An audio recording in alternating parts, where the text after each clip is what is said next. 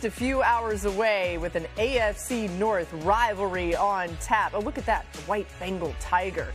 Couple of experienced quarterbacks, that's a nice way to say it, will be front and center in Cincinnati. Some news on the Bengals side to get to as well. We will get to that actually right now. Jeremy Fowler is in Cincinnati joining us now. Jeremy, the Bengals fans were hoping Trey Hendrickson will be out there tonight, but you just got some breaking news on his status. What do we need to know? Laura, a source told me that Bengals star pass rusher Trey Hendrickson is out tonight with a hip issue. He wanted to try to play, but he told coaches today it's just going to be really tough for him to get back off that hip issue, and so he's hoping for next week against the Jets. Now, that is great news for Aaron Rodgers, who is already coming into this game with a lot of chemistry with his coaches and teammates. This has essentially become a run-first offense. Rodgers is totally cool with that. I talked to right tackle Troy Fautanu, who said that Rodgers really isn't making a lot of changes at the line of scrimmage. He'll do his normal checks and protections, but it's not like he's running his own old Green Bay offense. He is all in on running Arthur Smith's plan and offense, being protected at 41 years old with that steady running game. And also, players in the locker room talk about Arthur Smith and Rodgers. You saw the two there. They have really good chemistry. They have very similar personalities, quick-witted. Fautanu told me they are constantly razzing each other in team meetings. So that's been a good sign for their chemistry here that's translated on the field. One last note, with Calvin Austin out at wide receiver, watch for Roman Wilson, second-year guy. He could play a little bit more tonight. They're slowly trying to bring him along. All right, something to keep an eye out for sure. Thanks to Jeremy Fowler for the latest there. And Aaron Rodgers, he's been letting his receivers do the work this season. He's averaging a league low 5.3 air yards per attempt, nearly 3 yards under his career average. And he's getting more than 7 yards after the catch per completion, the most in the league. The Steelers, 142 yards after catch per game this season, leads the league. And look who we have here today. We got Teddy Bruschi joining us on a Thursday NFL Live. It's so great to have you, Teddy. So many Super Bowl champions. We got a couple Super Bowl champions. Dan, so many, just two. Unless you got something to tell us we don't know about. Just okay. J-Mac's here. Dan Orlovsky's here. Teddy, why has Rodgers found success right out of the gates in Pittsburgh this season?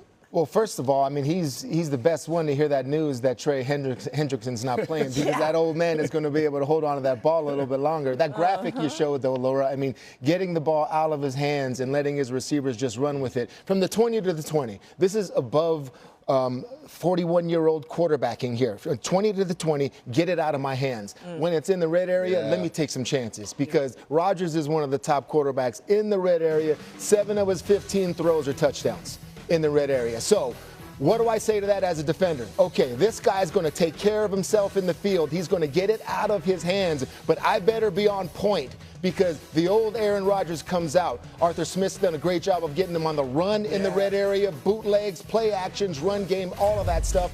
And when Rodgers sees a little bit of a window, he's going to take it, especially in the red area. That's where he takes his chances. And they've totally changed the usage of DK Metcalf. DK in Seattle was a lot of just run deep, and that's the strength of his, obviously, size and speed. But they're giving it to him so much shorter route-wise. I mean, you look at the numbers, kind of comparison to what he's been in the past. The yards after the catch, DK Metcalf has 224 yards after the catch so far this season. That's #1 in the NFL for wide receivers. Who wants to tackle that? Yeah, I think that's the great point, is just trying to tackle him. And then I think the benefit of this is Aaron doesn't get touched anymore.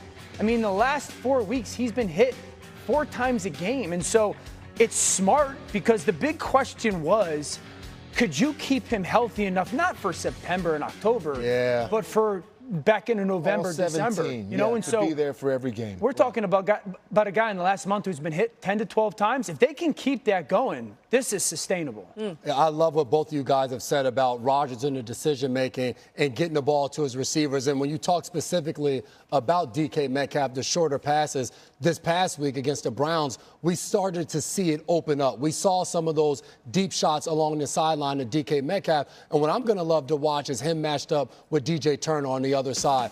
DJ Turner hasn't gotten a lot of love as we're watching DK Metcalf go down the sideline. And when you're doing those short passes, you open it up to have those opportunities when he's singled up on the outside. DJ Turner last week matched Romeo Doubs, 4 pass breakups. He's matched up against Justin Jefferson. He's matched up throughout the course of this season. They feel like they found something with him. Jamison Williams, when they played against the Detroit Lions. To me, this is one to watch in the game tonight when you're looking to see, all right, DK Metcalf's going to be out there, where you're going to see DJ Turner on the opposite side of him, and he's a guy that's made plays for them on defense. If they're going to play Turner one-on-one, Aaron's just going to throw him the ball. I mean, that's kind of what their pass game. How many guys in the league can cover DK one-on-one? And then tackle him. Yeah. And then tackle him when he gets We win 50-50 of it. We watched Surtain do it last year when they played him, and he did a really good job of covering DK. You need a guy that has that size and that physicality, to your point, to be able to match him. We've watched DK Metcalf in the run game punk some corners. Yeah. So you got to go out there and have the right mindset against him. Metcalf leads all wide receivers with 224 yards after the catch this season. Even if you thought you brought him down, he probably is still going. I want no parts. All right, let's get some top stories in here now as we bring in Jeff Darlington. Jeff, what can you tell us about Puka Nacua? Yeah, well, some good news in terms of Puka Nacua's ankle injury in that it doesn't feel like it's long-term. The bad news, it does feel like he's going to miss this upcoming game. He has not been ruled out. He's still considered day-to-day, but the Rams are traveling to London, make it all the more difficult for him to be able to play. I thought Sean McVay had a very good quote. He said there's a difference between return to play versus return to performance. You want to make sure that he's in a position to succeed. It feels like he's still a little bit a ways from making that return. Meanwhile, CeeDee Lamb does actually look like he is tracking toward a return to play. We don't know that for sure yet, but limited in practice. He was out there again today, so it is trending in that direction after missing the last 3 games. Again, we'll watch closely today. I think this will wind up going into the weekend, but it does feel like CD is tracking toward playing. Mike Evans, meanwhile, also looking like he could return to the field this weekend, which would be huge news for the Bucs. They are impressive considering the litany of injuries that have faced this wide receiver room. Emeka Egbuka, the latest to go down with a hamstring injury that will keep him sidelined.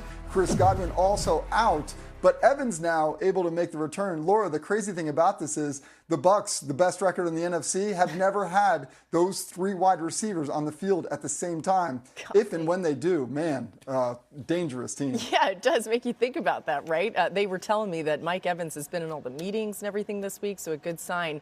Baker Mayfield was just asked about how they've managed such a hot start without all their players. We're sitting at 5-1, and you look at, the only interception I've had is when we lost. So you look at that, I look at how do we win, and that's what I'm worried about and focused on. So our team, I believe in it. I said it from training camp. I like the young guys that we have. I like the people we have. Obviously, it's never ideal when you're having to move people around all the time. Don't get me wrong, but nobody cares. Nobody feels bad for you. So you got to find a way to make it work. Just to cap it off a little bit of what's going on in Tampa is so abnormal in the NFL. They've had the most offensive line combinations in the league this year, yet 5-1. They have more guys than anybody in the NFL with 10-plus targets at pass catcher, tight end, running back, yet 5-1. That's unique to how successful they've been, because usually that happens and you lose. Yeah, new offensive coordinator, too. I mean, Josh Grizzard deserves credit, but it's Baker. Todd Bowles holds that all together. The mentality that he has is always calm. And then, of course, there's the intensity and everything else that is Baker Mayfield, of course. But to have that as the head coach, when you're in a team meeting room to see that, it does. I'm glad you said that. I don't know if Todd Bowles gets enough credit, too. A lot of us are focused on the whole organization doesn't. Right. Let's talk about this Monday Night Football matchup with the Lions. What's going to be the hardest thing for the Lions defense to contend with this Bucs offense? Even with all the injuries, I think it's one of the best 12 personnel gap run games in the league. 12 personnel, 1 back, 2 tight ends, and that gap stuff, the counters that they run, it's really good. And they could do it with their tight ends. They could do it with their offensive linemen. The different ways that they can get to that will present the challenge to Detroit.